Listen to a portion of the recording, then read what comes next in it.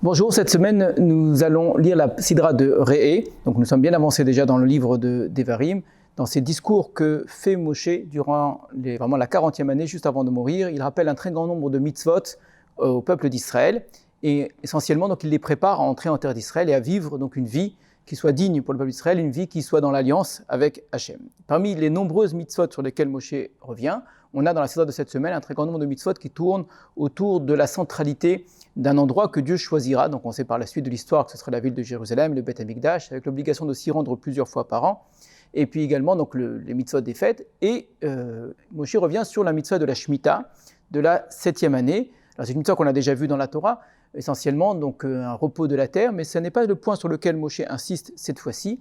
Il insiste beaucoup plus sur un aspect social de la Shemitah, qui n'est pas simplement lié au travail de la terre, qui est le fait de chaque 7e année d'annuler toutes les dettes qui auront été contractées, de manière à ce que, au fur et à mesure des années, les personnes qui s'endettent ne dépassent pas un certain seuil dans lequel ils ne pourront plus jamais rembourser, et au bout d'un certain moment, donc dans l'économie qui était celle de l'époque, finir dans l'esclavage. Aujourd'hui, les choses n'ont pas changé, même si ce n'est pas l'esclavage. Le surendettement fait qu'une personne, finalement, au bout d'un certain moment, ne peut plus du tout sortir de la dette, et ce qui se transmet de génération en génération, c'est la dette, justement. Donc on est endetté de génération en génération. Pour empêcher cela, la Torah donc prévoit que la 7e année, il y ait une sorte d'annulation des dettes, une remise des dettes complète. À ce sujet-là, on va voir plusieurs versets. Je vais m'intéresser à un verset en particulier qui dit qu'on a une mitzvah de prêter de l'argent. Donc, pour empêcher qu'une personne en arrive à se retrouver en situation donc, de grande difficulté, lorsque sa situation commence à s'affaiblir, avant même que la personne soit véritablement en faillite ou soit véritablement pauvre, il y a déjà une mitzvah de l'aider. La meilleure façon d'aider quelqu'un, ce n'est pas de lui donner de la tzedaka, c'est-à-dire de lui donner de la charité, ce qui est une obligation parfois, bien évidemment, mais avant cela, de trouver un moyen pour l'empêcher de sombrer. Et pour cela, de s'associer à lui, de l'aider, de lui prêter de l'argent, de manière à ce qu'il puisse travailler. Et puis au bout d'un certain moment, puisqu'il est interdit de prêter de l'argent avec des intérêts, donc la personne réussira à se relever, et si ce n'est pas le cas, la personne tout simplement annulera les dettes qui étaient les siennes, de manière à ce que l'argent que j'ai prêté finalement soit de l'argent que j'ai donné pour qu'il puisse s'en sortir. Ça, c'est vraiment l'état idéal où, dans le principe, on prête de manière à ce que la personne puisse s'en sortir, et puis finalement, si la personne n'a pas réussi parce que les difficultés étaient trop grandes, on lui remet ces dettes-là. Et à ce sujet-là, la Torah va dire une chose très importante, elle va dire donc qu'il y a une mitzvah de prêter, que surtout on ne se dise pas en arrivant près de l'année de Shemitah, dans les années qui précèdent, je ne vais pas prêter parce que si je prête, l'année de Shemitah va arriver et personne ne va vouloir me rembourser.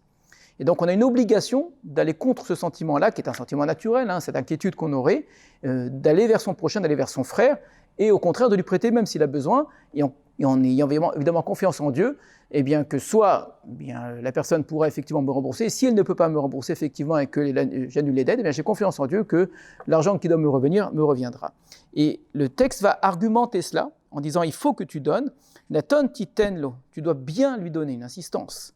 Velo yera levavecha betitechalo, et que ça ne fasse pas mal à ton cœur lorsque tu lui donneras. Ce sentiment-là que je fais quelque chose contre mon gré parce qu'on m'y a obligé. Pas du tout, fais-le avec plaisir, avec bon cœur. Car c'est pour cette chose-là que Dieu te bénira. Dans toutes tes actions, dans tout ce que tu vas faire. Donc première chose que nous dit le texte, si tu t'inquiètes, si tu as mauvais cœur, si tu n'as pas envie de prêter, si ton sentiment ici d'inquiétude pour le lendemain est en train de monter, dis-toi que c'est exactement le contraire. Tout ce qui te revient, tout ce que tu possèdes déjà vient de la bénédiction de Dieu, et que si tu veux que cette bénédiction se poursuive, donne. Parce qu'autrement, c'est une façon de dire en sous-entendu, la bénédiction que tu as pourrait très bien disparaître, et ce que tu n'as pas donné à l'un, tu finiras par le perdre d'une manière ou d'une autre. Donc premier argument, prête, parce que c'est au contraire, c'est comme ça que Dieu te bénira. Et un autre verset, qui présentait également comme un argument, mais c'est très difficile en vérité logiquement de comprendre l'argument, « Ki lo yerda levion mikereva haaretz » car il ne manquera jamais de pauvres au milieu de la terre. C'est une façon de dire, car la pauvreté ne cessera jamais. Il y aura toujours des pauvres. C'est pourquoi je t'ordonne de bien ouvrir ta main, etc., à ton frère, aux pauvres, etc., qui se trouvent dans ta terre. Étrange argument qu'on est en train de nous dire ici. La Torah nous dit, tu sais quoi, tu dois prêter, parce qu'ainsi Dieu te bénira, et sache qu'il y aura toujours des pauvres. Et c'est très étonnant, quelques versets plus haut, d'ailleurs, la Torah avait dit exactement le contraire, en nous demandant là aussi de prêter, Ephes, qui loye vechevion, car il n'y aura pas de pauvres chez toi. Donc les sages évidemment vont opposer ces deux versets, mais qu'on réfléchisse simplement à cette idée-là. En quoi d'abord c'est un argument de dire prête parce qu'il y aura toujours des pauvres. Alors il y a plusieurs façons d'expliquer. Une des explications les plus simples, c'est qu'une des raisons pour laquelle on se dit ça sert à rien de prêter de l'argent, ça sert à rien de donner, parce que il y a une sorte de visée vers l'idéal. On a envie que les choses soient idéales, soient parfaites, et au bout d'un certain moment on se dit je vais bien prêter, je vais bien donner, comme ça la personne elle va s'en sortir. Mais si finalement ce que je fais ne sert à rien, finalement la personne, je vais lui donner de l'argent, je vais l'aider, je vais lui prêter de l'argent, mais c'est comme un coup d'épée dans l'eau, comme si ça servait strictement à rien et que de toute façon elle va retomber dans la même situation, alors à quoi ça sert? Il y a une façon parfois de justifier le fait de ne pas aider autrui en se disant la tâche est trop grande et de toute façon ça ne servira à rien, comme si la seule raison d'aider ce serait de changer la réalité du monde dans lequel nous sommes, qu'on veut bien faire quelque chose, mais à condition qu'à partir de là, la pauvreté cesse sur la terre. Et combien d'idéologies, d'époque en époque, combien de religions, combien de façons de penser, combien de bonnes volontés qu'on peut avoir les uns ou les autres, sont exactement basées sur cette idée-là, c'est-à-dire il faudrait faire disparaître la pauvreté de la terre en s'assurant qu'on a enfin trouvé la nouvelle technologie, ou la nouvelle idéologie, la nouvelle philosophie, la nouvelle politique, ou la nouvelle révolte, je ne sais quoi, qui, après cela, il n'y aura plus de pauvres sur la terre, tous les hommes vivront égaux et heureux. La Torah dit, c'est un leurre, pas du tout. Il y aura toujours des pauvres, il va falloir évidemment comprendre, et le fait qu'il y ait toujours des pauvres fait que ça ne doit pas être un argument pour toi de ne pas prêter. Dis-toi que c'est comme cela, et que malgré tout, Dieu te dit, tu n'as pas à te poser la question, est-ce que ça va servir, est-ce que ça va changer le monde? C'est pas ça que je te demande demande pas de changer le monde, je te demande d'aider ton frère qui est près de toi, qui est en train de souffrir. Est-ce que demain il sera encore pauvre? C'est pas ton affaire. Toi, ouvre ton cœur et prête-lui.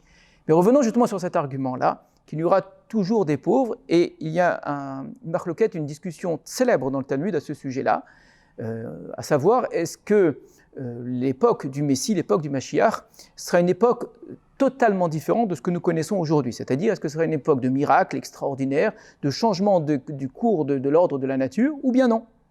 Et l'opinion de Shmuel est qu'il n'y aura strictement aucune différence entre l'époque du Messie et notre époque, c'est-à-dire en termes de nature.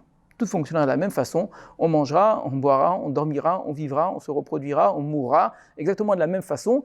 Donc le monde sera tout autant naturel à l'époque du Messie que maintenant. La seule chose qui va changer, nous dit Shmuel, c'est Shibud Malchuyot, c'est-à-dire qu'il n'y aura plus une domination d'un peuple sur un autre peuple.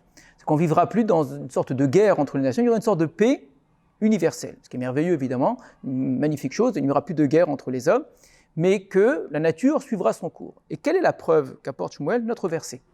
Car il y aura toujours des pauvres au milieu de la terre. Le toujours des pauvres, d'après Shmuel, renvoie à l'idée que la pauvreté est quelque chose qui ne disparaîtra jamais, même à l'époque du Messie. Donc ça prouve bien que ce monde-là sera un monde comme le nôtre. Alors on peut quand même s'étonner de cette preuve-là, de ce verset-là. De la même manière qu'il n'y aura plus de grandes guerres, il n'y aura plus de haine et de domination d'un peuple sur l'autre à la fin des temps, on pourrait tout aussi bien imaginer qu'il n'y ait plus de pauvres. Pourquoi est-ce que la pauvreté est quelque chose qui ne devrait pas disparaître, alors que les guerres, oui, elles devraient disparaître? Et là, on touche vraiment un sujet, me semble-t-il, extrêmement intéressant. C'est qu'une distinction très forte entre ce qui est de l'ordre de l'homme et ce qui est de l'ordre de la nature. C'est une façon de nous dire, la guerre, la haine entre les peuples, la domination des uns sur les autres est une question humaine, c'est une question de société, c'est un problème social. C'est un homme qui veut profiter de la faiblesse d'autrui ou de la faiblesse d'un autre peuple pour le dominer. C'est que le rapport de difficulté qu'il peut y avoir entre une personne et une autre fait que celui qui est supérieur profite de cela pour le dominer. Ça, c'est quelque chose qui n'est pas de l'ordre de la nature, ça c'est de l'ordre de l'humain. Et l'humain, s'il apprend, s'il comprend ce qui est vrai, peut s'en empêcher. Par contre, il y a des pauvretés qui ne sont pas liées à cela. Il y a une pauvreté qui est liée à la maladie, qui est liée aux problèmes naturels, qui est liée à des problèmes de sécheresse, etc. Tout cela fait qu'une personne, pour n'importe quelle raison, peut se retrouver affaiblie et perdre de l'argent et se retrouvera pauvre. Et ce que nous dit Shmuel ici, c'est que vraiment il faut apprendre à distinguer deux choses. Il y a une pauvreté de nature qu'on ne pourra jamais empêcher. Par contre, on pourra aller contre cette pauvreté-là en faisant en sorte que la différence qu'il y a entre le pauvre et le riche ne soit pas une différence de domination. C'est que celui qui possède de l'argent ne se croit pas supérieur et ne profite pas de la faiblesse d'autrui. Et qu'au contraire, si l'autre souffre, ça m'impose à moi de l'aider, ça m'impose à moi de lui prêter, ça m'impose à moi de lui donner. Il y aura toujours des pauvres et il y aura toujours des hommes pour aider ces pauvres-là. Ça, c'est une loi de nature où on ne transforme pas les différences sociales en des différences de domination d'un homme sur l'autre. C'est effectivement ce que l'on espère très rapidement pour la fin des temps.